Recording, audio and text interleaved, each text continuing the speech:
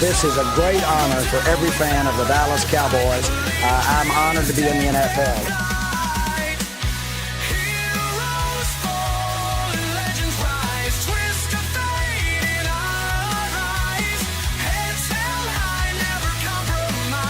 What can I say? Mamba out.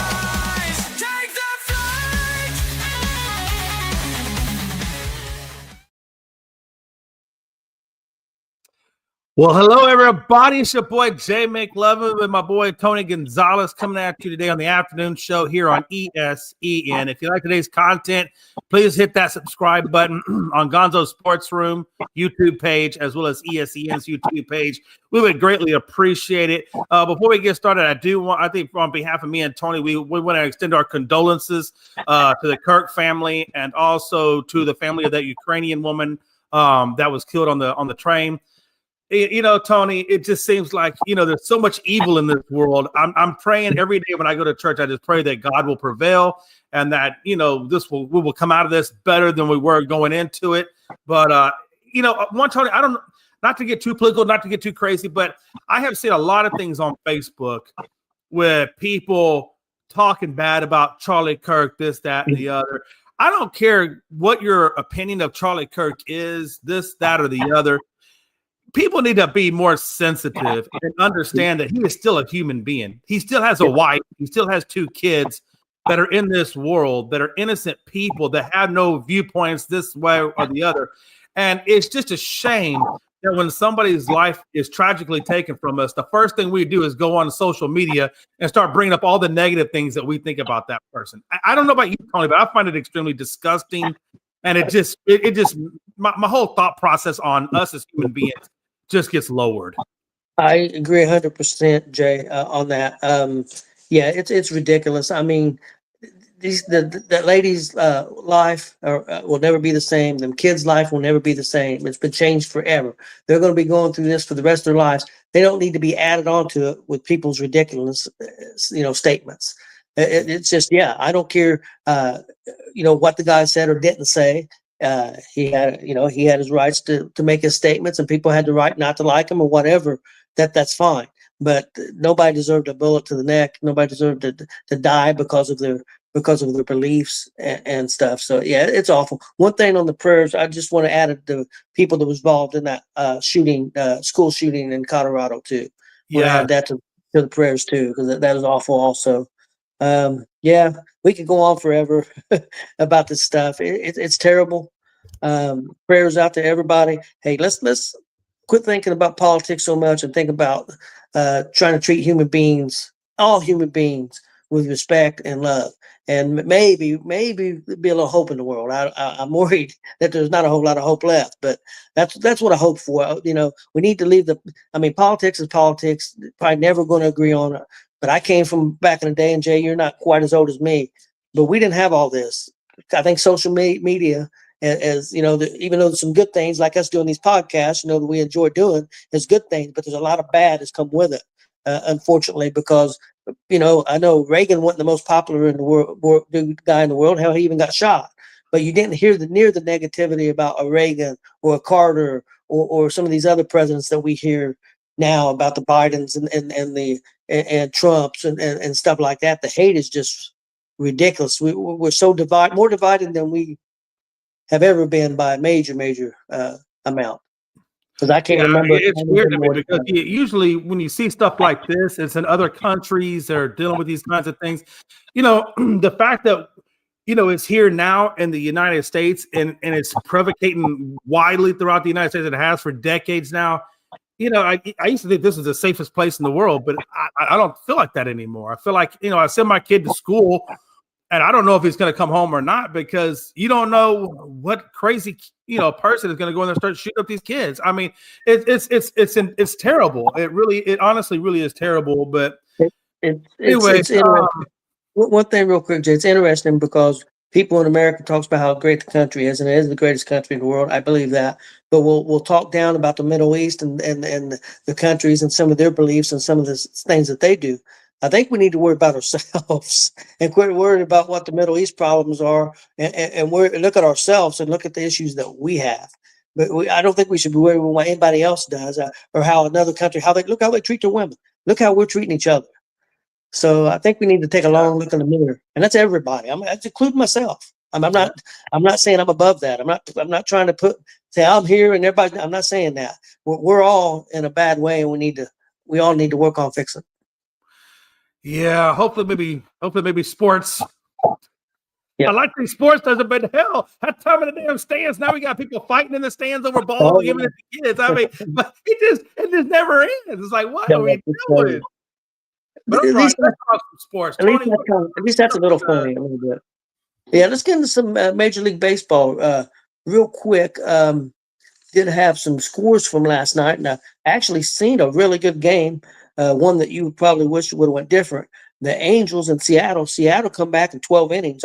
I picked that game up in the ninth and watched the rest of that game. It was a really good game. Seattle ended up winning 7-6. The Blue Jays, unfortunately, took care of your Astros. A good pitching performance from Gosman. Beat the Astros 6-0. The Phillies beat the Mets again. So, man, the races are getting crazy.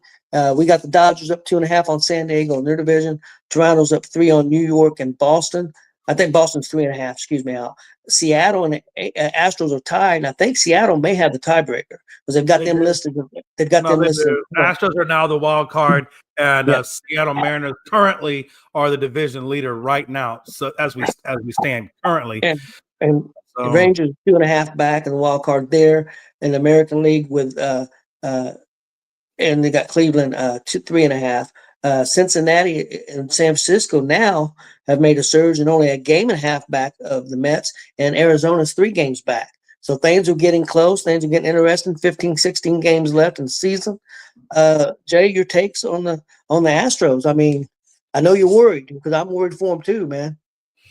Yeah, the thing with the Astros was, number one, Toronto is red freaking hot right now. I mean, they are sizzling. Toronto is absolutely sizzling. And, anytime you're like a team like the Astros, where I don't think they know what their identity is. I don't think they know right now who they even are because of the fact that they've had so many injuries and so many players out, so many players coming back. It's like a revolving door right now with the Astros in terms of who comes in off the IR and who's going on the IR. Now Luis Garcia, who just came off that Tommy John, 2 years ago, is now back on the 10-day IL with elbow discomfort. And I got to tell you, Tony, anytime I wear words elbow discomfort and IR, I'm automatically thinking in my head, is this going to lead to a second Tommy John surgery for him? And if it does lead to a second Tommy John surgery, what is the chances of him coming back and being an effective pitcher? Because the odds go down when he had that second Tommy John, especially if it's not with the brace. If it's just a natural Tommy John, I don't know how much of a chance he's going to look like. I want to say it's almost like a less than 10% or right at 10% chance of being an effective pitcher once you've had a second Tommy John. I believe Walker Buehler, if I'm not mistaken, he had 2 Tommy Johns, and he just got released by the Boston Red Sox after they put him down into the minors after he came back off that elbow surgery or elbow issue that he had. His ERA was above 5, so they put him down to the minors. And then eventually, now that Zach Wheeler is now off the season or out of the season now for Phillies, they went and picked up Walker Buehler. They're going to roll with a 6-man rotation, but I don't know how effective Walker Buehler is going to be given what he's put up so far. Now, he does have a good track record in the postseason, but we'll see where that goes. But yeah, as far as the Astros are concerned, it's just a revolving door of people. Sousa and Ort are 2 of our bullpen guys are on the IR now, and they are expected to probably not be back for the postseason. But we did pick up JP France off the IR, so I imagine he'll go into the bullpen along with Lance McCullers. I feel okay with JP. I don't feel okay with Lance McCullers because that guy isn't right. His command is all over the place. He is not pitching well. I'd rather the Astros either DFA him, but I think they have too much money invested in him to DFA, but he really does need to be DFA'd at this point. Jay, who does the Astros have coming up in this series? And do you know who Seattle has? I don't. I can pull that up real quick. I know right now the Astros are getting ready to go up against the Braves in a 3-game series, and then we have them after that. So give me one second. I can pull that up. Yeah, the Reds play the A's this 3-game series, and I believe, if I remember correctly, the Mets have the Texas Rangers. So that's both their next 3 games. San Francisco, I don't know, but yeah, right now, Jay, honestly, I think with 15 games left, it's just going to come down who the hottest team is. Because I mean, the Mets were super hot; they've lost 6 in a row now.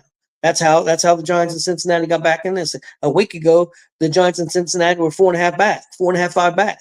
But the Mets went on. The Mets had won like 10 in a row, or 8 out of 10, or 9 out of 11. But now they've lost 6 in a row, and that's how teams get back in it.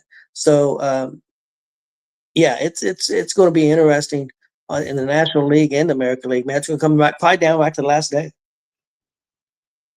Yeah, as a matter of fact, for Houston, we have Murray, Brown, and Valdez. I don't even know who Murray is, so that must be somebody they picked up off the out of the minors or something. I don't even. Let me see. Jaden Murray. He's 28 years old. I don't know much about this guy. He hasn't really pitched at all, so I don't know what to expect out of Murray. When you look at his stats, his ERA says 0, so I'm assuming they must have just brought this cat up out of the minors at this point. But we got Murray, Brown, and then Valdez, and then against Texas, it picks up with Jason Alexander, Javier, and then the third game against DeGrom, they have blank, so I don't know who they're going to put in that position. Maybe JP France or somebody like that. Probably could take over that spot, since that normally I think would have been Garcia's spot, but since he's on the IL, I would imagine that we'll probably see JP France possibly in that last spot against DeGrom. And then as far as Seattle goes, we have Brown, Valdez, and Alexander. So and they have Wu, Kirby, and Gilbert. That's who the Seattle has. So I don't know, man. At this point, with the Astros, I don't really care. The starting rotation doesn't really bother me as nearly as much as the bullpen and the closing of the Astros. Right now, I don't know when we're getting Hader back. I've heard reports might get Hader back right before postseason. And if that happens, then I'll feel a little bit better, because I don't trust Abreu in the closing spot. I think Abreu is more of a setup guy, like 7th or 8th inning type of guy. I don't think he's a 9th inning kind of guy. And I think he got exposed with Toronto. And I think if you go back and watch that, if it was the first game of that Toronto series that we just came out of, you'll see what I'm talking about. So I think Abreu, we need Hader back. If we don't get Hader back before postseason, then I don't think we have a shot. Number one, I don't think we have a shot at postseason, and I don't think we have a shot at getting beyond the wild card if we do get there, if we don't get Hader back. So there's a lot of things. This Astros organization, like I said, they've had people come in, they've had people go out. Our offense right now is super, super anemic. We had 2 hits against Glasnow, and we allowed Glasnow to get he got the complete game. I think he threw 100 pitches, complete game against us last night. So that tells me right now that the Astros are swinging at the pitcher's pitch rather than swinging at the hitter's pitch. And if I was Astros hitting coach, I'd be like, look, let's not be so aggressive out there. Let's wait for your pitch and then take it on your pitch. Don't just go on their pitch. And that's what I would definitely tell the Astros. Let's slow down on that chase rate a little bit. Yeah, Jay.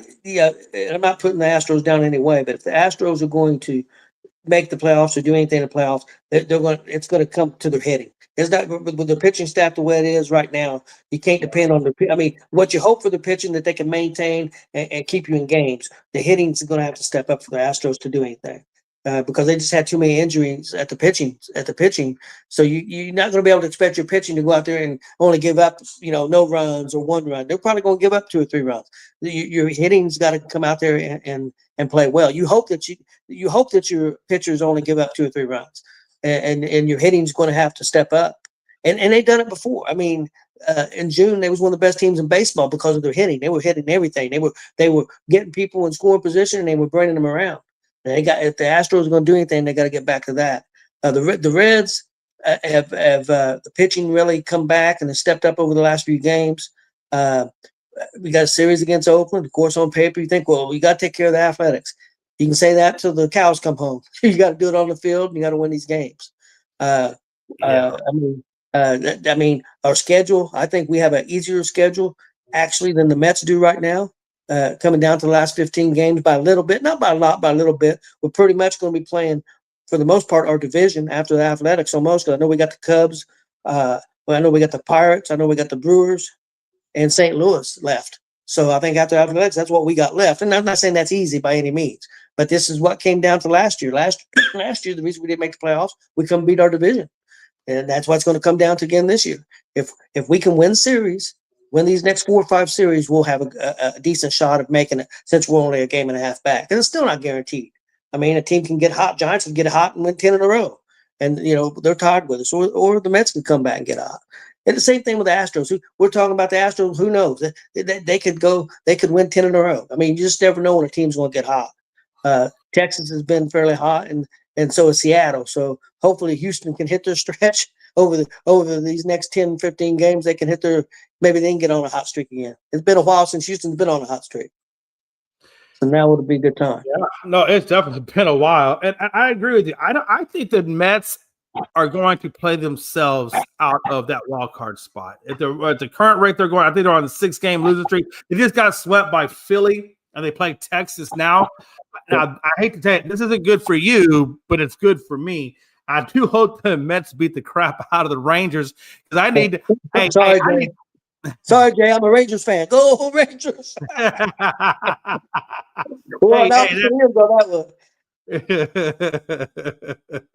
So yeah, I'm their friends. It's kind of like your kryptonite is, or what this series means for the Mets and what it means for you and what it actually means for me. All 3 organizations this series has a lot of consequences for. Yeah. But yep. Yeah, I honestly believe that this series, or I should say this series, but I think your wild card chances aren't between you and the Mets as much as it is between you and San Francisco. Yeah, it's possible. It's possible. We had our opportunity, man. If we blew some games, we could be in front by a couple of games right now, but we blew some games, and don't nobody blame but ourselves. I really think that you almost need to sweep the A's. Yeah, it would be big. If you can sweep the A's, you're only a game and a half out. And Mets got Texas, which will be a hard-fought game because they're fighting for a wild card. And then I think LA going up against San Fran is going to be tough because LA is also trying to keep that divisional lead. So this is your prime opportune time to try to snag that wild card spot and then try to hold on to it as well. Yeah, because Dodgers are only 2.5 up on San Diego, so they're battling. It's going to be fun. These last 15 games should be fun to watch. But yeah, real quick, I want to go back to that Blue Jays game last night. Yeah. It was not Blue Jays, Seattle game. It was crazy because Seattle jumped off to a 4-0 lead, and then it got tied 4-4, and then went to extra innings, and then the Angels got a 5-4 lead, and then they tied it. It was a good game. It really was. I know it wasn't the outcome that you wanted, but it was a good game. Hey, the outcome I wanted, everybody loses and the Astros win, but I don't live in that kind of world. But yeah. I agree. I feel like we have a lot of good baseball. Like I said, I think that Walker Buehler for Philly, I kind of want to see what Philly does now because, number one, they're taking in Walker Buehler. They lost Wheeler. They don't have Alvarado for the playoffs out of that bullpen, which I think is a big hit on them. And then they also don't know when they're going to get Trey Turner back off of, I think it's either a groin or a hamstring. I think it's a groin injury. So I'm curious to see how Philly does going forward and how that impacts them in the playoffs.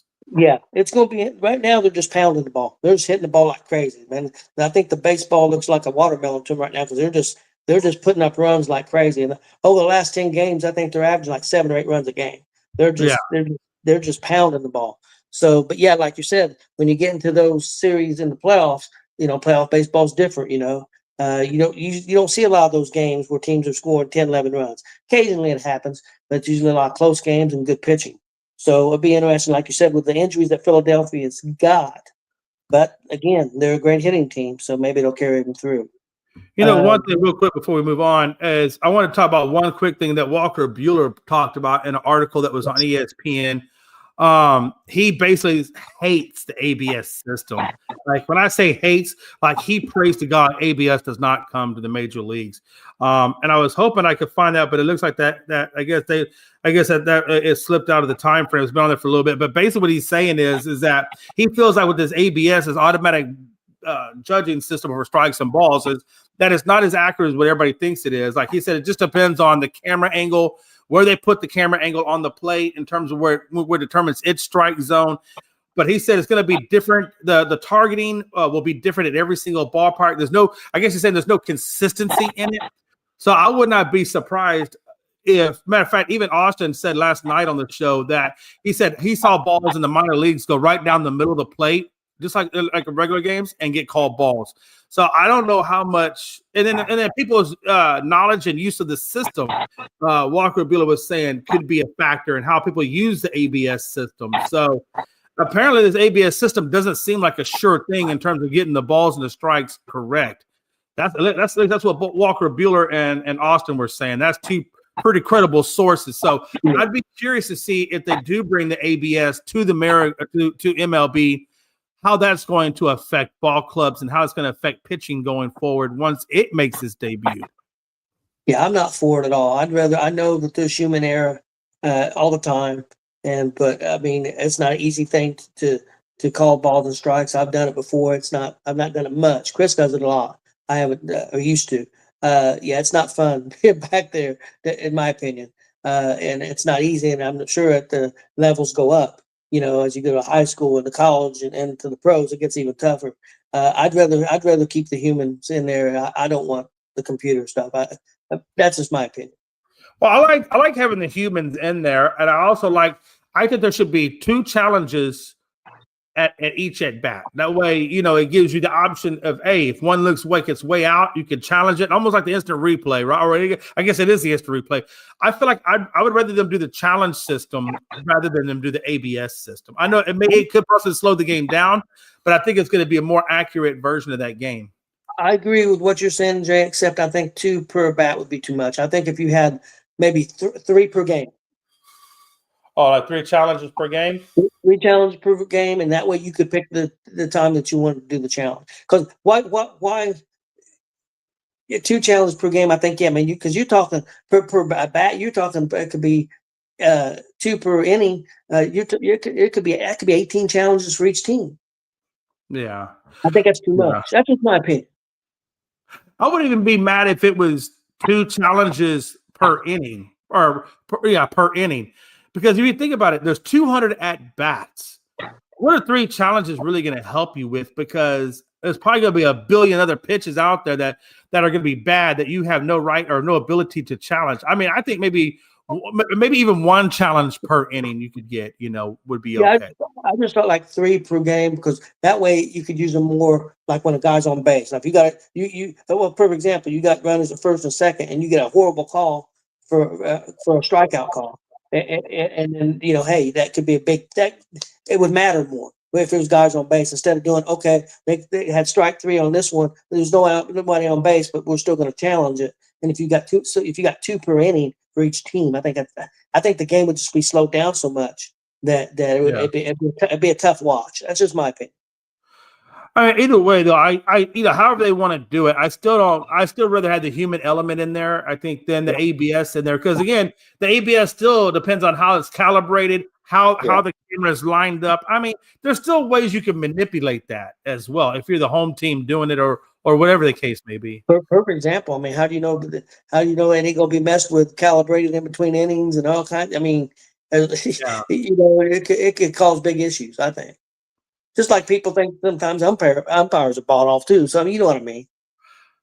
No, I totally get it. And again, if you start doing that and you start calling it a certain kind of way in your park versus other parks, people might start saying scandal, this, that. It opens itself up to a lot of speculation, I think. Jay, you already know. You know the first team that's going to get accused of it. Oh, dude, hey, look, man, we got Major League Baseball has come out and said that Trammell's bat was perfectly fine, that they give him 0 competitive advantage. But yet you see every time in the group chats, Masters out there shaving bats again. See, I mean, it is bullshit. But, it's a stigma that we brought on ourselves, right? If we didn't have 2017, we wouldn't be dealing with these kinds of things.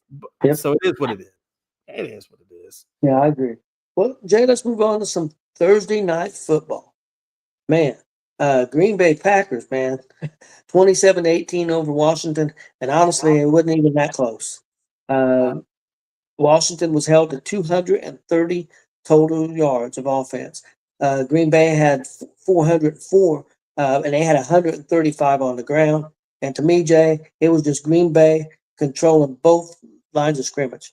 The offensive line and defensive line just manhandled Washington, and that's the difference in the game. And honestly, that's kind of what Green Bay did their first game against Detroit, which I was shocked because Detroit usually did that. What do you think? Is this Green Bay Packer team, are they for real, Jay? There's really, after 2 games, they really look like they are. What do you think? Yeah, I really think the addition of Micah Parsons, you've seen what he's done in that team already. I was watching during that Washington game where they had 2 guys taking on Parsons, and he still found his way to Jaden Daniels. So, I mean, it's almost impossible to stop his pressure. I got to tell you, though, if I'm Washington, I'm really excited about Jaden Daniels. I'm excited about this kid. Like, this kid really is, I believe, the real deal. That kid jacked up his ankle. I don't know if you saw that one play, but his ankle kind of rolled left or right on him, and even got pinned back a little bit when he got tackled. And I really thought, and you can kind of see him get up a little bit, and then they were going to take him out. And then Jaden said, no, I'm staying in. I'm staying in. And then he goes on and he gets a touchdown out of that drive. But, when you look at Jaden Daniels and you look at the caliber of that defense that he went up against, especially having Micah Parsons there, and the fact that he threw no turnover, or he had 0 turnovers, he had no interceptions, no fumbles. He got 2 touchdowns on the ground, 17 yards rushing. I thought for the kid's second year in the league and to take on a defense like Green Bay and not have a turnover, I thought that was really good on his part. And I really learned a lot about Jaden. I think this kid is going to be phenomenal for Washington as they continue to build that program. Yeah, I agree. Some people I've seen on TV today, so should they be worried about Washington be worried about Daniels because his first 2 performances hasn't been great? Have they been great? No. But have they been horrible? No, I don't think so. I think Daniels is fine. I think that maybe Washington, after the first 2 games, should be worried a little bit about the offensive line and also a defense that they really try to work on to get better. And it didn't look better. It didn't look great yesterday against Green Bay. Green Bay's offense looked good against the Washington defense, and they looked good against Detroit. So Green Bay looks for real to me. And I think Washington's got to be a little disappointed with their performance, but it's early. It was on the road. Washington was on the road. Right now, Green Bay fans got to be excited. And that's the thing, too. If you look at Green Bay, I think the hero in Green Bay right now, outside of Michael Parsons on that defense, but I think the hero on that offense is Kraft. I forget the guy's first name, but tight end Kraft. That dude is just blowing up. I mean, I saw him get hit by 2 guys, and he still kept driving, and he got into the end zone. I mean, he's a tough kid. He's like 6'3", 6'4", like 250, but he is a tough kid. And you can see that that's Jaden Daniels' go-to guy. The last 2 games have shown that he had like 89 yards in the first game. I think he had like 89 or 80 to 89 in that second game plus 2 touchdowns. I mean, he's definitely the go-to guy for Green Bay. And if I'm looking to take on Green Bay, I'm looking to try to contain Kraft as much as possible and force him to go to his other wideouts. But yeah, if I'm Washington, I'm feeling pretty good. I'm feeling good about my team because I feel like they are still in Dan Campbell is still building that team. I don't think that team is fully done yet building. But I do like the fact that they have a good qualified quarterback. What do I ask about quarterback? Don't turn the damn ball over and move the ball downfield. And I think Jaden Daniels, even though he didn't come away with the win, I think he is very capable of doing both of those things. I think he's proven that. And you got to give the kid some slack. He went up against a really, really tough defense in Green Bay. Yeah. Jay, what do you think about Washington having some bad luck? And looks like they've lost Austin Eckler for the season. Yeah. So that could be a big hit. Oh, no, that's going to be huge on them because Eckler he's a big part of that run game. And you knew he tore the Achilles. When I saw him grab that ankle, I was like, yeah, that's an Achilles. Especially the way he pivoted. I was like, yeah, that's an Achilles. And by the time he comes back from that Achilles injury, he'll be 32 years old. Yeah. I don't know how many teams are going to – I don't know if Washington's going to keep him. And if they do release him, who's going to pick up a 32-year-old guy coming off an Achilles injury it's going to be really super difficult for him to find his way back, I think, into the league. And if he does, it's going to be from a team that probably isn't going anywhere because most of those teams, or unless a major injury occurs. But at 32 years old, I mean, who's going to take an injury or who's going to take a flyer on that? Somebody might for a little bit of money, and he ain't gonna get a big contract. It's gonna be for not a lot of money, and somebody might take a chance on him. But yeah, I agree. 32 years old. Yeah, it's a bad injury. And Washington had traded that one Robinson guy. So now are they thin? Are they thin now at running back? Oh, they're definitely thin at running back. And it's hard to second guess something, but I always said Eckler came out of the San Diego system, and I've never seen a player come from San Diego that was healthy. They always have some sort of damn. Keenan Allen was a prime example of that. Josh Palmer was kind of an example of that. Eckler is definitely an example of that. Bosa, most certainly. You take on a guy like Austin Eckler, he's not an every down back. He might be a third down back or a change of pace back, but you cannot have that man be an every down back. And really to go further, the way in which that injury was torn or the way in which he went down with that injury, I would not be surprised if that thing wasn't already damaged and just waiting to go already before he went into that game. It could have been. Yeah, I agree with you. He's definitely not somebody who can run. I mean, you might be able to let him go out for passes some, but he's not somebody that can run the ball 25 times a game. He's lucky to maybe be a 12 or 15 time run a game, as far as I'm concerned. Maybe I'd say closer to 10 or 12 times a game and then out for passes. He's not a trying to run the ball 25 times a game for him is that's why he's probably injured. Yeah, I mean, at that point, you'd almost think he'd take on a role like Kevin Falk had with the Patriots, where you're just that guy on third down. You need to pass out of the flat. You dump it off in the flat and let Eckler go for Brooks, because he is a fast guy. I see him maybe being in that kind of a situation, but yeah, he's definitely not an every down back, not at this stage of his life or his career. And that's it. And that's that's even if somebody takes him on at 32 years old, coming off that Achilles. Yeah, I agree. Well, Jay, let's move on to some other NFL games. We've got a big week of games coming up. We've got to start off with the New York Giants at the Dallas Cowboys. What are you expecting this game? Who do you think is going to win? Yeah, I know. I definitely think the Cowboys. They've already said they're going to play Russell Wilson, which I already know. When he said Russell Wilson, I'm like, okay, we got. I don't want to be too cocky about it, but I'm not a Russell Wilson fan by any stretch of the imagination. I think Thibodeau takes plays off. I think Malik Neighbors isn't being utilized, and I think you kind of saw that when he went on against Dable on the sidelines when he was upset about his usage. So I think right now the way Dallas played against the Eagles, not that we played great ball, but I just expect, especially I think that, correct me if I'm wrong. So the Giants, who beat them week 1? I forget who it was. Was it Washington that beat them week 1? Washington. Yeah.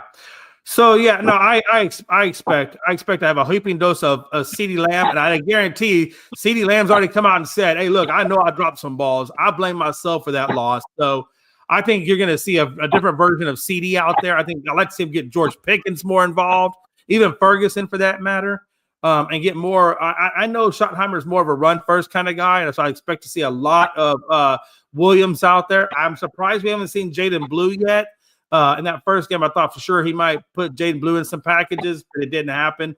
So I'm curious. As a matter of fact, I think Miles Sanders actually wound up getting what would have been Jaden Blue's carries. Yep. And he didn't do bad. I mean, Miles Sanders had that really nice, I don't want to say it's like a 20-yard scamper that he got where they actually caught him. Otherwise, I think that could have put Dallas in a tied position with Philadelphia. But no, I at this point, I see Dallas definitely handling New York. I'm not worried about New York. Yeah, I agree with you. I agree with you. I like Dallas to win this game. I think they win by at least 10 points or more, being at home. I like Dallas. One question for you real quick about the Giants. Do you think if Russell Wilson gets off to a bad start, could we see Jackson Dart in this game? Well, from everything I've heard, it sounds like they want to move on from Russell Wilson and give Jackson Dart the ball. I think they're waiting for that offensive tackle to come back off of injury before they throw Jackson Dart out there, because I guess they don't want to give Jackson Dart an opportunity to get hurt. So I think once, and I forget that guy's name, they mentioned it earlier today and I forgot his name, but I think once they get that offensive line the way they want it, I would not, you're going to see Jackson Dart at some point this season. I just think it depends on when they get that offensive tackle back. And then I think we see Jackson Dart. I think if they had a good offensive line or had all their starters healthy right now, I think you would see Jackson Dart. Okay. Let's move on. I think Dable knows that. I think Dable knows that he's on the damn hot seat. And the last thing Dable wants to do, in my mind, if he's going to lose his job, is not having played Jackson Dart, the guy that he drafted. I can't imagine that. Yeah, I think you could be right. Let's move on to Seattle at Pittsburgh. I'll go first. I like Pittsburgh in this game at home. I think their defense and offensive lines got to play better this game. They surely can't play a whole lot worse because they looked horrible in that first game and they still won. But Seattle didn't look bad their first game. But Pittsburgh being at home, I'll take Pittsburgh. What about you, Jay? Yeah, I'm not a firm believer in their offensive line. And I know Walker is still kind of dealing with that foot issue that he had in spring training or in training camp. I think Charbonnet is going to be the more featured back, I think, this go around in this game. Even with that said, though, and I love Sam Darnold's resurrection. It's good to see somebody resurrect their career. But I think TJ Watt and that Steelers is going to be a little bit too much for them. Is this game in Pittsburgh? Yeah, it is in Pittsburgh. So yeah, no, I definitely have Pittsburgh in this. I think Aaron Rodgers is going to have a good game. I think Metcalf is going to have a big game. I mean, he's going up against his old team. He knows that old team, but they also know him too. Yeah. But I think DK Metcalf is going to show out. I think you're right. Metcalf had a good game, a pretty decent game the last one. I think he's going to want to put it on him as former team. Let's move on next. We got the Rams at Tennessee. I'm going to go with the Rams. I think the Rams, even though Tennessee didn't look terrible defensively the last game, I think the Rams got too much offense. I don't think Tennessee can match that.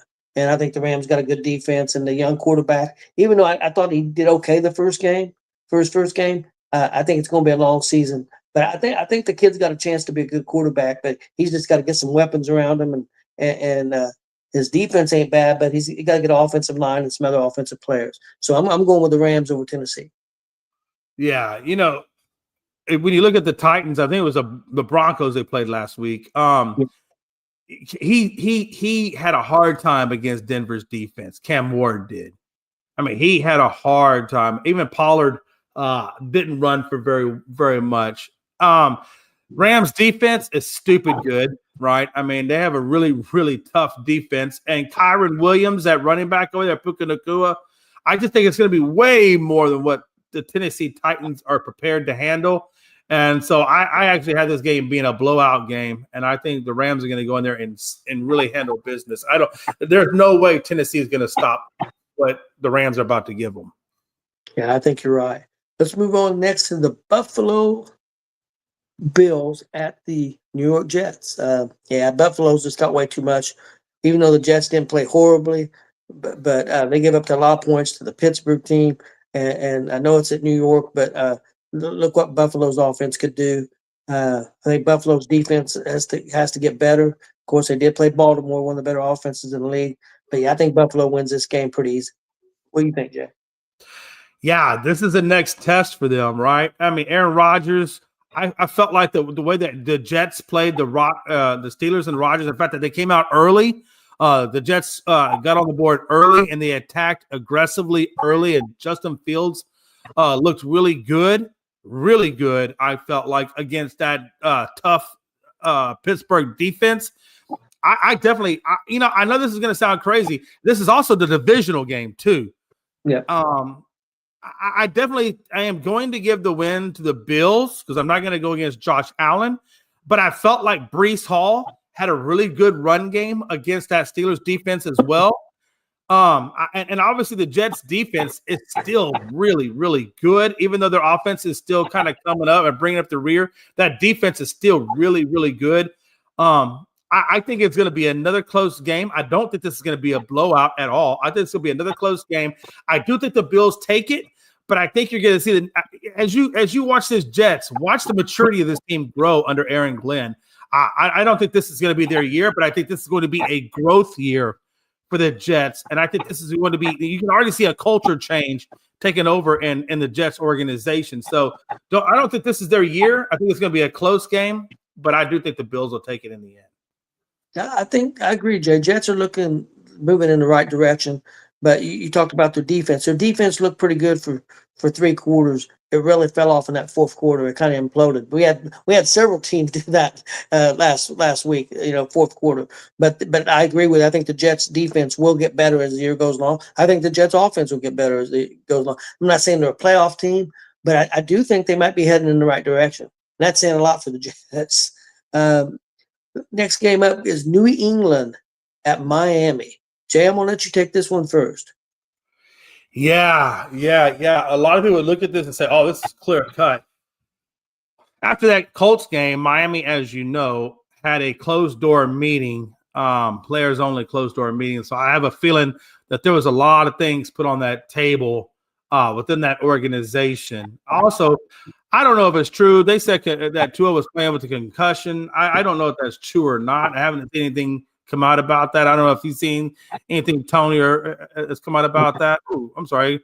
I just saw Big Glenn was, hey, sorry about that, Big Glenn. I just saw you were down there, Bubba. Hey, Big Glenn. Real quick, I'm going to go back to you real quick before if it's okay, Tony, I just want to get his take on the Jets and Bills. Well, the Bills are going to take care of business. Obviously, they're going to probably win by at least 2 touchdowns. Okay. So what game were we just talking about? New England and Miami. Jay. Yeah, I think Miami's going to take it. I do. I don't think Miami's going to drop it against New England. I don't think New England is quite there yet. I'm still taking Miami on this one. I think they're going to have that player, especially going to have that players only meeting. I think Miami's going to come back energized and fired up. I still think Miami has the weapons to get it done. I don't think New England has enough weaponry to get it done over there, and that's why I'm still not fully on board with New England yet. But I do think Miami will get this one. Yeah, it's a tough one for me, man, because I could go either way, to be honest with you. And it's just because one reason is I kind of agree with you. I think Miami's going to play better this week. Now, I don't know if they're going to win. I think they're going to play better. At least they better. That coach may not last. He may not last 5 weeks if they don't start playing better. But shit, I'm going to go with New England. I still got a feeling. I think it's a pick 'em. Honestly, neither team really impressed me the first week. Miami definitely didn't impress me. They looked horrible. But I'm going to go with New England just because I think they played a little bit better the first week. But it's a pick 'em to me. Big Glenn, what do you think? This game kind of reminds me of one of those NFL top 10 videos that you see on NFL Network back in the day about the Colts and the New England in like the early 90s, playing a December game, and they're both like 1-15. And cause they're both like down there in that way, so I can see it being like a 3-0 game or a 6-3 game or 10-7 or something like that. I think it's going to be New England though. Okay. Next game up. This is an interesting one, guys. I don't think it is as cut as dry as we may have thought at one time. Jacksonville at Cincinnati.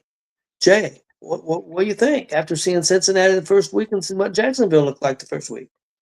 No, I got Bengals on this one. Matter of fact, they're my suicide pick that I picked this week. Nothing against Jacksonville, but they're Jacksonville. Nothing against the Bengals, but I feel like Burrow and company, they did not explode last week like I was hoping they would. Jamar Chase looked very, very small. T. Higgins didn't look really all that big. But I am definitely not betting against the Bengals when it comes to a team like Jacksonville, because I think Jacksonville has too many dumpster fires of their own to take out the Bengals. I'm rolling with the Bengals this week. It's tough for me because Jacksonville looked so good running the football last week, man. That one running back had like 140 yards. He had a real good week. Tony, my mama looked good running the ball against the Panthers. It doesn't mean I'm going to. That's true. We got to remember Cincinnati's defense. Cincinnati's defense is horrible. They let Cleveland score a bunch of points, and then also not only that, since Cincinnati only had 133 yards of total offense, only had 7 yards passing in the second half.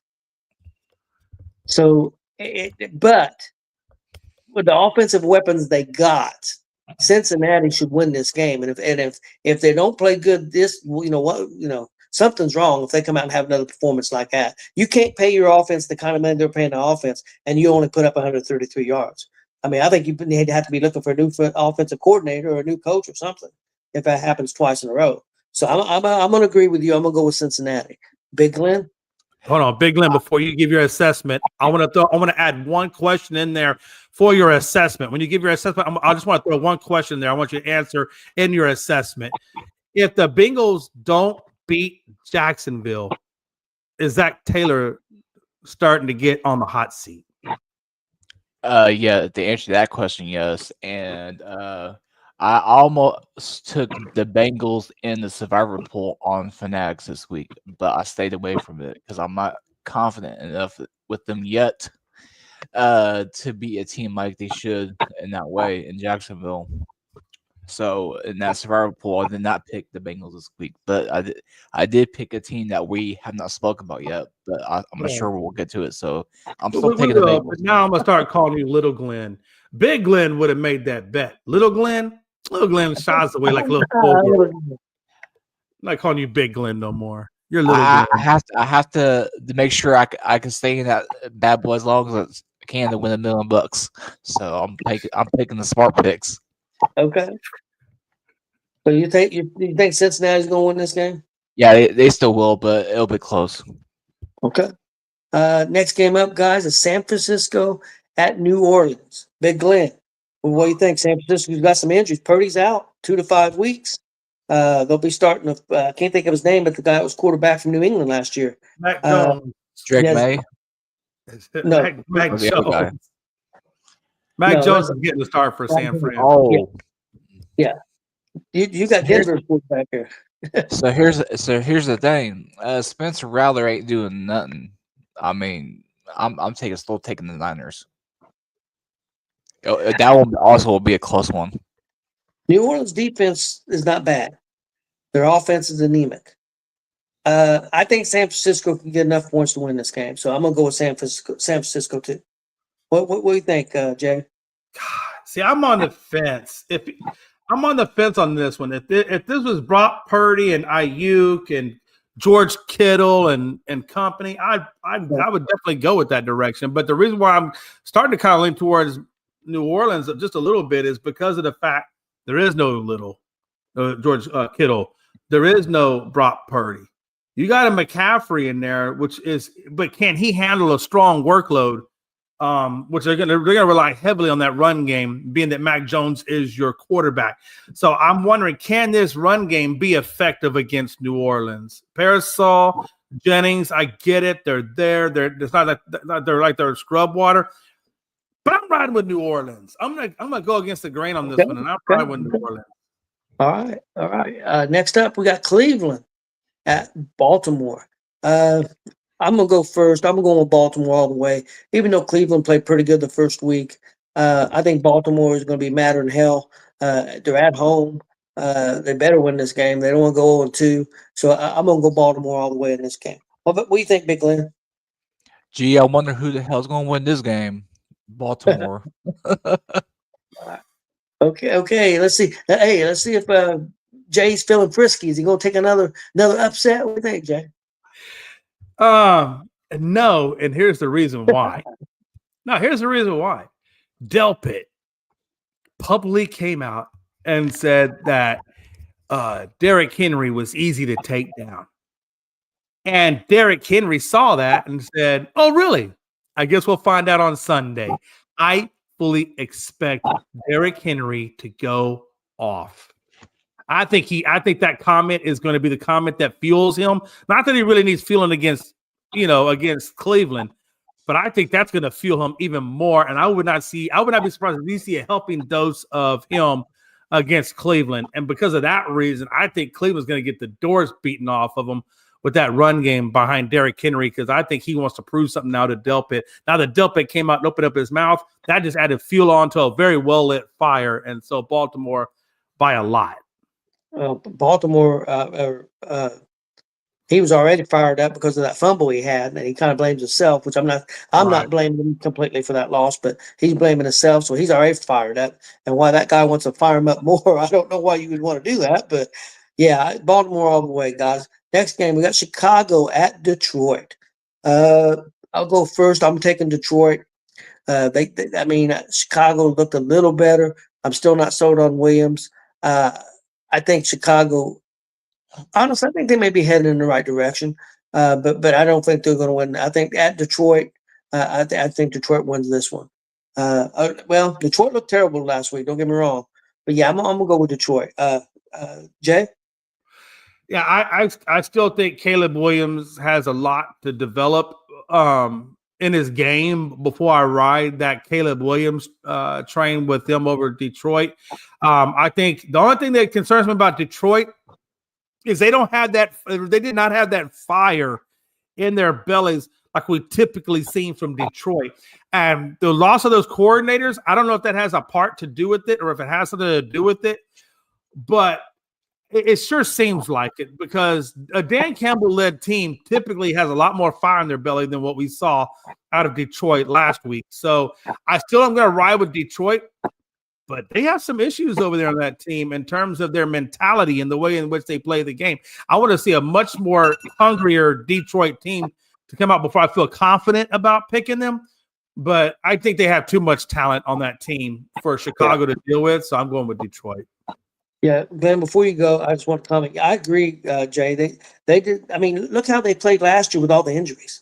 Look at the Fire when they played with even with all the injuries. Now they got everybody back, and I know you lost your coordinators, and maybe they'll get off to a slow start. But I'm a little bit worried about Detroit. But I agree with you. I think Detroit's got too much talent to lose to Chicago right now, especially at home. So yeah, Glenn. Detroit. All right, short and sweet. Next game, Denver at the Colts. This is a tough one, and I'm going to be straight up honest with you. The Colts looked really good the first game. Denver's defense looked great. Their offense looked anemic. You're about to say we're coming off cloud nine Sunday, is what you're saying. But I'm going to be honest, straight up honest. If this game was at Denver, I would pick Denver. But since it's at Indianapolis, I'm going to be a homer, and I'm going to take the Colts. And since it's Indianapolis. Now, I'll be straight up honest. If it was Denver, I would be straight up honest with you. I would take Denver because at Denver and the altitude, I would take Denver. But being at home, I think the Colts looked good last week, and I'm going to be a little bit of a homer. And I think the Colts may be able to score enough points to beat Denver. Even though I think Denver's got a good defense. So I'm going with Indy. Big Glenn? I'm going to go Denver. I feel like their defense is a little bit too much. I think we're going to be coming out of cloud nine this Sunday, but at the end of the season, the Colts most likely will win the AFC South. Okay. Jay? Yeah, I'm still riding with Denver. I like Daniel Jones. I think he's off to a good start with Indianapolis, but again, it was the Miami Dolphins that was uninspired Miami Dolphins that they beat. So I don't think Denver and Sean Payton-led Broncos are going to be in that same category. So for that, I feel like with the way Williams is running the ball, or not Williams, Harvey and Dobbins ran the ball, and the way he had 2 interceptions and they still came up with the win. I'm still riding Denver on this one. I'm not 100% on the Colts train, but I will tell you this, Tony. If y'all beat Denver and beat them decently, I'm going to start my attitude towards the Colts team will start to change. I mean, how do you not change? I mean, Broncos are a very good team, and if you handle them, then I'm gonna start changing my attitude on your team. But for right now, I'm with Denver. And the Sean Payton coach team, nonetheless, at that. Yeah. Denver did not look great the first week. Like I said, but I think it's a good test. I think that Denver's got a decent running game, and that's going to be a good test for the Colts and for the Colts defense, which they need that test. And Denver's got a great defense, so that's going to be a good test for the Colts. So I think it's a good measure to stick to see where the Colts are. I mean, if let's say the Colts lose this game 20-17, that's not a killer loss. Now, if we go out there and we get dominated, then we know, hey, we're not where we need to be. But the main thing is to show we can compete. And if you can, you're at home, we want to try to get the win. I think it's going to be a good game. I don't expect Denver to blow them out. I think the Colts will be in this game. And because I'm a homer a little bit, I'm gonna take the Colts. But I'm being honest. But I think the Colts has got a shot. And next up, guys, we got Carolina at Arizona. Jay, what do you think about this one? Yeah, it's definitely Arizona. I mean, I don't believe in Bryce Young any more than I believe in the Easter Bunny. I just don't, man. Bryce Young, with Leggett and McMillan, he's got some good wide receivers over there, but yet he still is just not really getting the job done. I don't even see inspired football coming out of Bryce Young. So because of that, I'm definitely taking who the hell are the Panthers playing again? Arizona. Yeah, I'm definitely taking the Cardinals. I think I want to see more of this, what Trey Benson has to offer. I went and picked him up in fantasy. He actually had a really good game his last out, and I want to see if he continues to beat it, because I think that him and Connors are going to be battling it out for that RB1 spot. So I think there's a lot of competition within the Cardinals organization that's making them look good to me right now. So I'm taking the Cardinals. And again, any team that goes up against the Panthers, I'm probably going to pick that team, because the Panthers just look flat out like garbage to me. Yeah, Arizona at home I like, and also I like the running game. I wasn't real impressed with the quarterback play last week. It was very inconsistent. Offensive line has to play better. They did not protect the quarterback real well. But I think Arizona's got a pretty solid defense. I think they'll get a couple picks on Carolina. I'm going to go with Arizona. But I said before the season started, I thought Arizona could be a playoff team. They're going to have to play better than they did last week, because I was not impressed. Big Glenn? I'm going to pull out a Bob Irsay thing here. Give me Arizona. Okay. All right. Next up, guys, we got Philadelphia at Kansas City. Rematch from last year's Super Bowl. That's got to be Sunday Night Football. No, it's not. Oh, really? No, Sunday Night Football. No. Yeah, no. Sunday Night Football is Atlanta and Minnesota. Okay. Philadelphia at Kansas City. Jay, what are you thinking, buddy? Yeah, they actually had the afternoon game. With the way Kansas City played and the way Philadelphia played out, in week one, I wasn't really all that impressed with Kansas City, especially I really wasn't impressed with Travis Kelce.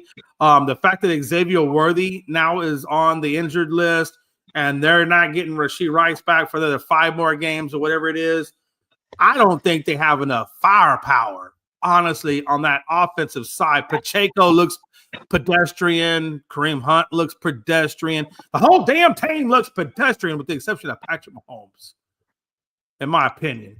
So because they are not playing inspired football, and damn good and well that the Eagles are playing inspired football, and they're coming to play, I'm taking Philly all day long.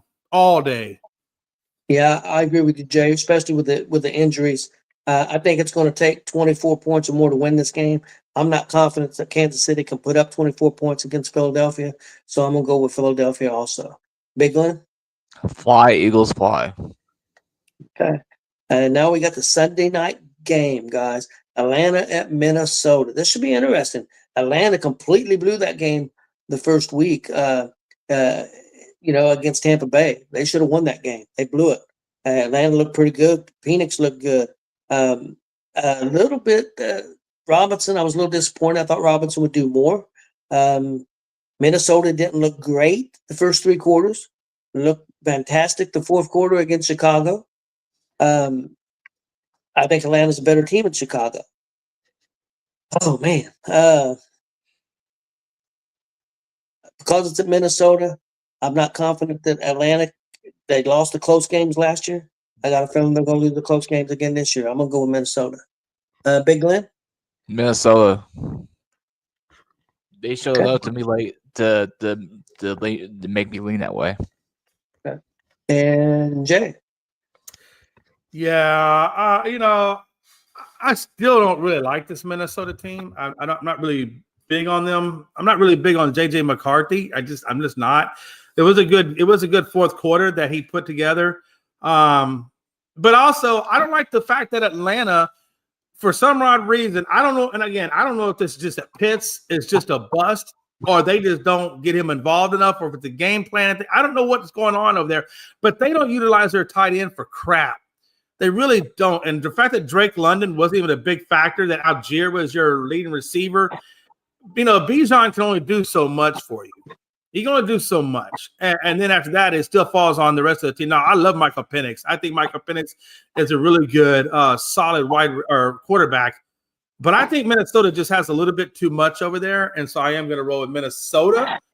But I think this Atlanta team, they still got work to do on that side of the ball. I mean, I don't know if it's what's going on with Michael Pitts, but they need to get that cat more involved, or they need to find a tight end that they actually can get involved. I think that's a huge part of that game that's missing there in Atlanta. I agree with you, Jay, and honestly, I think it's Pitts. I think that he's never lived up to what he was supposed to be, and I don't think it's the game plan. I think it's him. That's just my opinion. That's just my opinion. I'm a guy that was a big Pitts guy. Drafted him a couple times in my fantasy football draft, and he never did jack crap. And I just have lost faith in him. Now I hope he proves me wrong, because I don't want anybody. I mean, I want the guy to meet his potential, but he's never even come close to it yet. Well, guys, we got 2 Monday night games this week, but we're going to save that for Monday. I'll just let you know it's Tampa Bay at Houston. Should be a good one. And the LA Chargers at the Raiders. One game's at 7, one game's at 10 or 10:30. So we've got 2 Monday night football games, but we'll talk about them Monday. Should be 2 good games, though. Especially the first one, Tampa Bay, Houston, man. That should be a good one at Houston. And the Chargers are at the Raiders.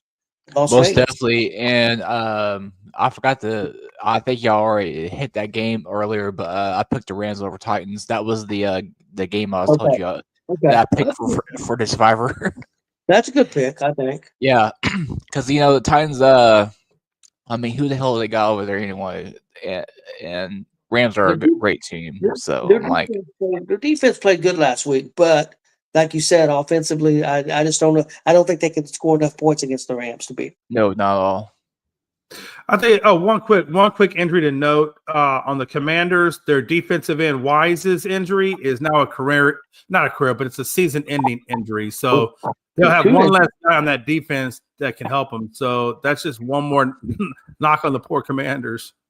He was Tony. He was about ready to say career threatening, like how they used to say career threatening stuff back in the day. No, I meant season ending, but I appreciate that. Yeah, let me ask you guys a question. I know we're getting close on time now, but if I can switch over to, I just want to go switch over to college football just for a minute. Okay. Obviously, you know that there's 13 college players in football that were banned for betting on it, and it involves 6 schools. None of the schools that it involved were big time schools. They were smaller schools. And then there was 2 more athletes. I think they're up to like 15 players now that's been banned for betting on football. I always say for every cockroach you find, there's probably about 20 more or a million more that you didn't find. How bad do you think college betting or betting on football in general, whether it be college or NFL, how much more do you think the integrity of being able to bet is going to be affected? Because you got to think, even though I know a lot of people say it's not going to affect the integrity, I think it is affecting the integrity of the game. Yeah, I don't know. I think there's a lot more of it than we even know, Jay. I think if people think that these players are not betting, I think they're naive. I think there's a lot of it in college, and I think there's a lot of it in pro. I think a lot of it, and I think a lot of it, some of it may come out, but a lot of it, if it's a big star, they're not going to let it come out. That's just my opinion. Yeah. For example, baseball, Ohtani. Nobody will ever convince me. Nobody will ever convince me that Ohtani wasn't involved in that. Nobody will ever convince me. Absolutely, Tony. You already know. Because if you paid a good enough amount to a certain person, they can forget about it in that way. And then Ohtani's involved. You had another guy, an agent or someone else involved in another scandal. Where there's smoke, there's fire, guys. I mean, 2 different scandals. Ohtani's involved. His name is a part of all of them, but no, he's not involved. Bullshit. Yeah. I was looking at some of the college football games too as well. It looks like the big one is going to be Georgia plays Tennessee. That's one of them. Notre Dame and Texas. South Florida plays Miami. We got Texas A&M and Notre Dame. Ooh, that's gonna be a good one. Yeah, and then LSU plays Florida, but that's not given what Florida did the last game. I don't know how crazy I can't take Florida seriously now after the way they lost that last one. That USF and Miami game could be interesting. USF playing really well right now. First two games. I know that's a big test against Miami. And not only that, Big Glenn, that's on CW. CW got a good college football game this week. Oh yeah, yeah. Hey, you IU. Indiana State. How you feel about playing Indiana State? It's just another W on the schedule, man. Because our non-conference is so freaking easy. It's stupid, honestly. Well, okay, since you brought that up, and let's talk about this for a couple minutes. Yes. I brought up about the former coach Saban, and I tell you what, I was never a big Saban fan. Great coach, just fantastic, maybe the best coach ever in college football, possibly. Some people will make that argument. So I don't want people to think that I don't think he's a great coach. I do. But I thought he had a big advantage of getting players, and I think that's one reason why he got out of it once the advantage went away. But one point he does have, and I 100% agree with, is right now, why should you play a tough schedule? If you play a super tough schedule and lose 3 games, you're not going to be in the college football playoffs. So if you should make the teams play a tough schedule, make them rate the schedule. This is how tough a schedule each team has to play if you want to be considered for the college playoffs, and then go by the strength of schedule. And even though you play 11 games, if you by far played a tougher schedule than, let's say, Penn State played by far a tougher schedule than Texas did. Let's say Texas played a super easy schedule and only lost 1 game, and Penn State played the toughest schedule in football, but lost 3 games and lost them by an average of 2 points a game. Why should Texas, and I'm not picking on Texas, I'm just using them as an example, Jay. Why should Texas get the nod for playing an easy schedule? So, I mean, in any team, whether it's Alabama or you know what I'm saying. I'm just saying the easy schedule. No, Tony, I really don't know what you're saying because y'all pick on Texas quite a bit. No, I'm trying to think that that's just a lie. I don't think Texas plays an easy schedule anyway. Look, Tony, just because you put LOL at anything that you say that's disrespectful doesn't mean that it's not still disrespectful, Tony. Okay, forget it. Let's take Texas out. I'll put IU there. I'll put my team there. IU played the easy schedule, and Penn State played tough schedule. I think Penn State should get in. I agree with Saban. Yeah, I agree. You should not be discounted because you played a tough schedule. Why would anybody play a tough schedule if it's going to count against you? Right. I again, I'm right there with you. Right there. Absolutely. Although I am for IU teams like IU playing like better teams than what they've been playing the first month of the season. Like I want to see some like IU play like Vanderbilt or Virginia Tech or Miami. But again, Glenn, right now the way football is, I understand. I mean, they got to play Penn State this year. They got to play Oregon this year. You lose those 2 games, you still might have a chance to get in the playoffs because they're 2 really good teams. But if you had a couple more tough teams on that schedule and you lose them, you're not going to make it. True. Oh yeah, absolutely. So that's the catch-22 that these teams are in. I mean, the Big Ten's a tough conference, but when you got them split south or east or whatever, not every team plays each other. So one year, like IU worked good for IU last year. Their schedule wasn't super tough, so they made the college playoffs. This year it's a little tougher, so it's going to be harder for them to make it. So, and same thing with the conference in Texas. Then some years they're going to play a real tough schedule. This year, I think they play a pretty good schedule. Next year may not be quite as tough because the schedules are made out 5 or 6 years ahead of time. I think that the college playoff system should be involved in the schedule making. Okay, Alabama, you can't play Kennesaw State and you can't play another team. I mean, Indiana State. You're going to have to play. No, you don't have to play another Southeastern Conference team. But okay, you got to play. For example, you got to play Wisconsin, who's not a great team in the Big Ten, but they're still a Big Ten school. I'd send them to Austin. You play Vanderbilt. Make the teams play a little bit stronger schedules. I don't think that any of them should be allowed to play a 2A school or should be allowed to play a bottom this team. Let's say you should have to play the top 100.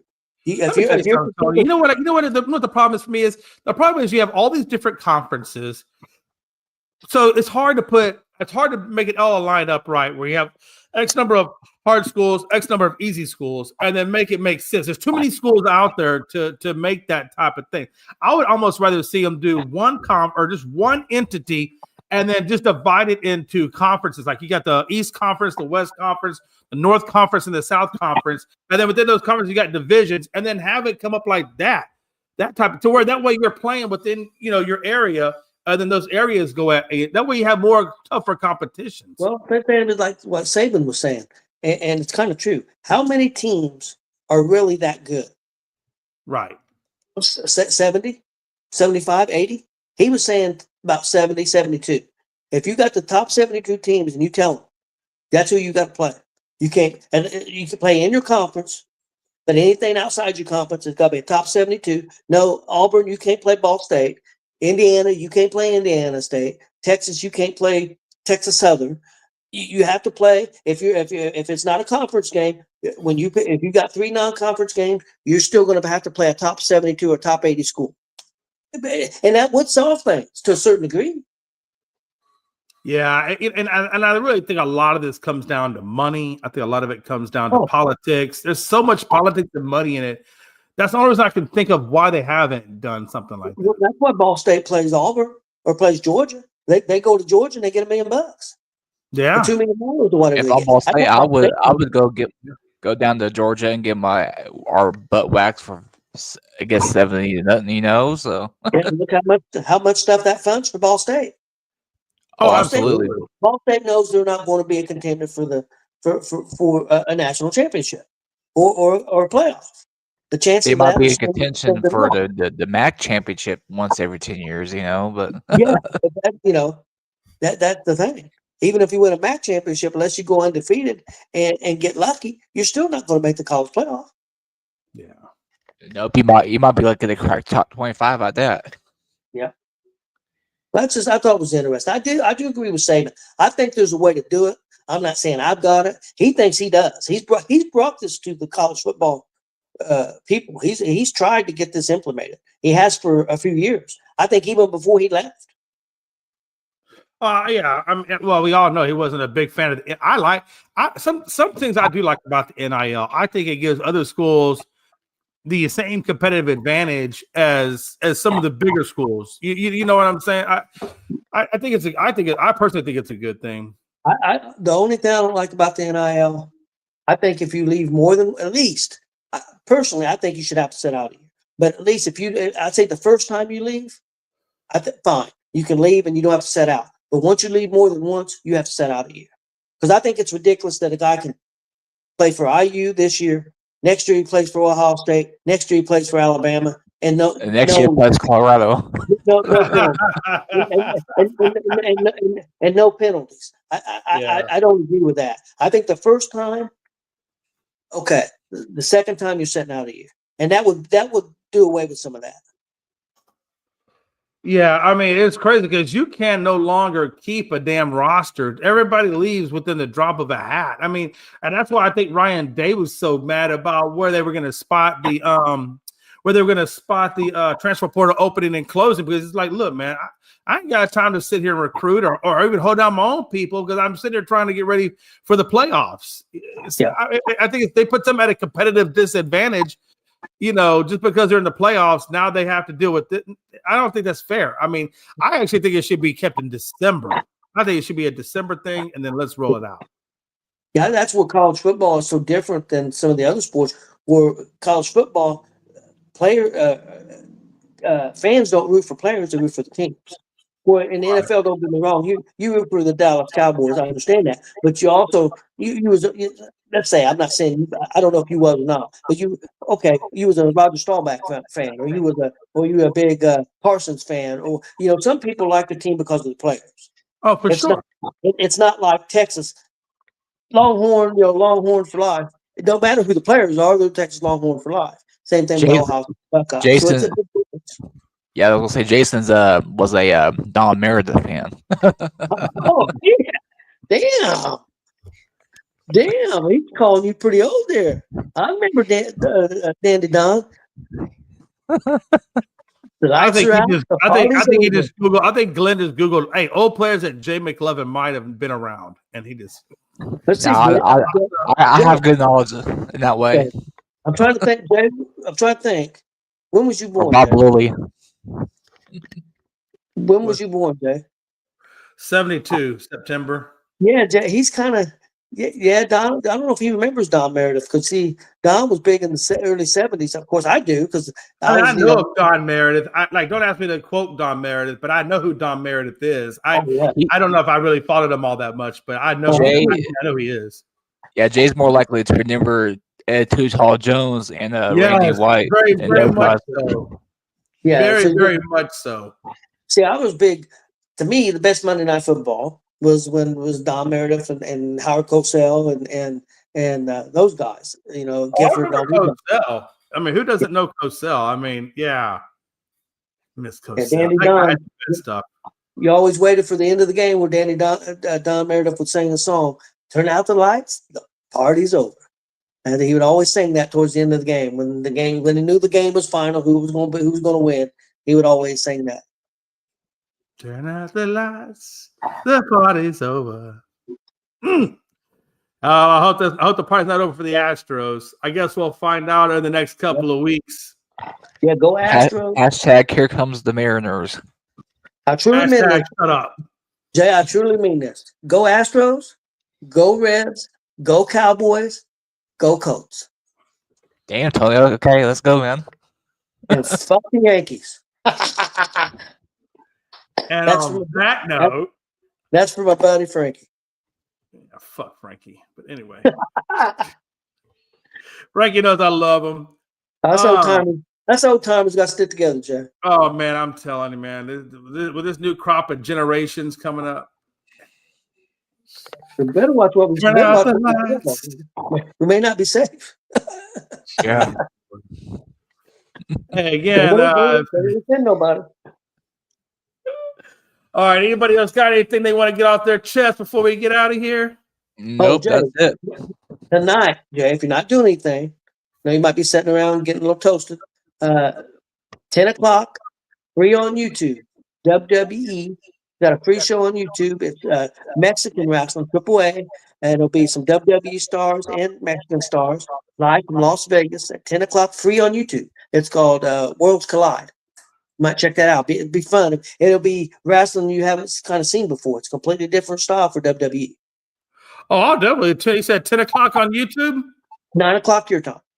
So 9 o'clock on YouTube. And what was the name of this again? That's just put on WWE YouTube, and it'll come up. It's called Worlds Collide. Worlds Collide. All right, there you go. If I want to watch the Worlds Collide. I was gonna say one more thing before we go.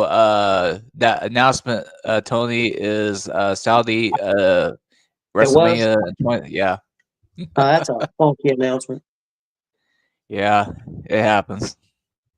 Oh man, what a time to be alive. If you guys have liked today's content, please give us a subscribe again on our YouTube pages for both Gonzo Sports Room and Elite Sports and Entertainment Network. We certainly appreciate any subscriptions that you guys give us. As always, until next time, Frankie, I hope your Yankees lose and Cowboys win, Colts win, and yeah, man, Astros win. Whoever wins, anything else other than any of Frankie's teams will be perfect. New England's going down.